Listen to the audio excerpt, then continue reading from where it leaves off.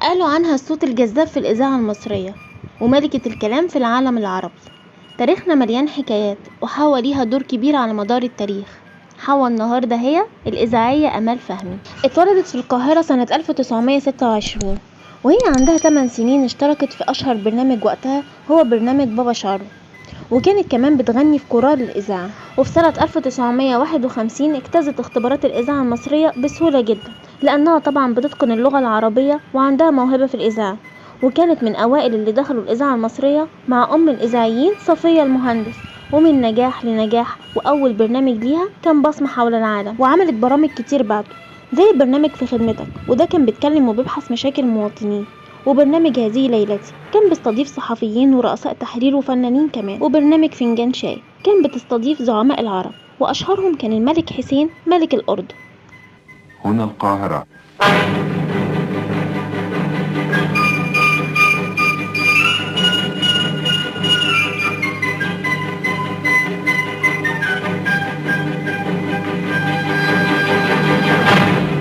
فوازير رمضان.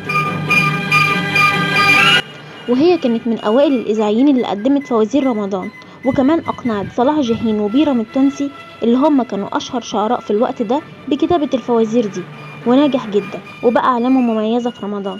تسكت على كده؟ لا طبعا. كان في برامج زي ساعة لقلبك ومجلة الهواء كانت عايزة تنافس البرامج دي، وفعلا عملت اللي هي عايزاه ونفست البرامج دي ببرنامج على الناصية، وبقى البرنامج الإذاعي الأشهر والأطول، لأنه كان من سنة 1958 لسنة 2014. هنا القاهرة.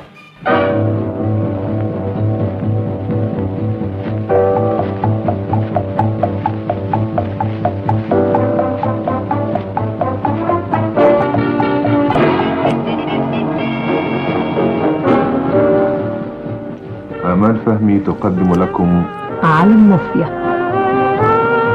برنامج على الناصية نجح جدا، لدرجة ان ناس من الجمهور كانوا بينتظروا وهم ماشيين كده في الشارع انهم يقابلوا امال فهمي بالصدفة في برنامج على الناصية. وفي سنة 1960 حصلت على افضل شخصية في العام مناصفة مع الرئيس الراحل جمال عبد الناصر، وفضلت تكافح وتنجح ومن منصب لمنصب. ومن ضمن المناصب انها كانت رئيسة اذاعة الشرق الاوسط 1964، ووكيلة لوزارة الاعلام جنب شغلها طبعا في برنامج على الناصية. ما هو البرنامج ناجح جدا، هتسيبه يعني؟ اكيد لا.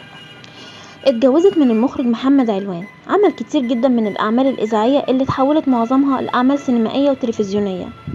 وبعد 18 سنة جواز انفصلوا بكل هدوء ورقي. وفي سنة 2014 اعتزلت أمال فهمي الإذاعة، وده كان بسبب إنها وهي نازلة من شغلها وقعت على سلم مسبيرو. ما اعتزلتش عشان تعبت، اعتذرت عشان الدولة أهملت في علاجها، فهي حست بالإهانة لتاريخها كله. وبعد إلحاح وزيرة الإعلام دكتورة درية شرف الدين إنها ترجع شغلها تاني، رجعت في قرارها ورجعت لتقديم برنامج على الناصية، لكن لوقت قصير جدا لأنها تعبت ومرضت. أمال فهمي من خلال برنامجها كانت بتسعى إنها تجمع تبرعات لمستشفى القلب والأورام، وكانت كمان بتدعم الأعمال الخيرية وبتنسق مع الحالات والدكاترة، منهم دكتور مجدي يعقوب.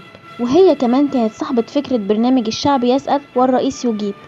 ومن ضمن شروطها للبرنامج ان ما يكونش فيه اعلانات احتراما لشخص الرئيس، ده في فترة رئاسة دكتور محمد مرسي. ومن تاريخها الطويل في الإذاعة لصراعها مع المرض، في يوم 8/4 سنة 2018 توفت ملكة الكلام أمال فهمي وهي عمرها 92 سنة. كانت من أشهر الإذاعيين اللي بتجذب المستمع. رحم الله ملكة الكلام أمال فهمي.